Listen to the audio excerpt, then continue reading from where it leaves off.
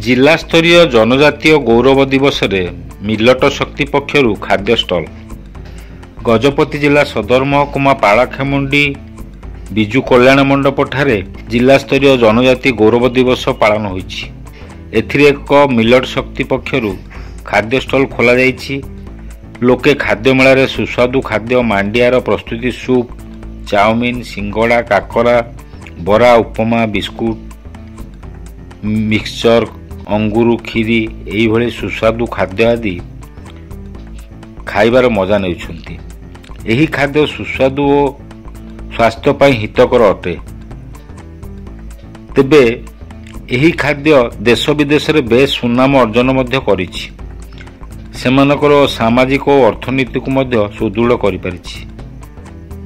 तेणु एही भली कार्यक्रम महिला मानक स्वावलंबी करि परिथिबारु सरकार को कृतज्ञता जणाइछन्ति। गजपति विवेकानंद बेहरा रिपोर्ट, खोला खबर टीवी।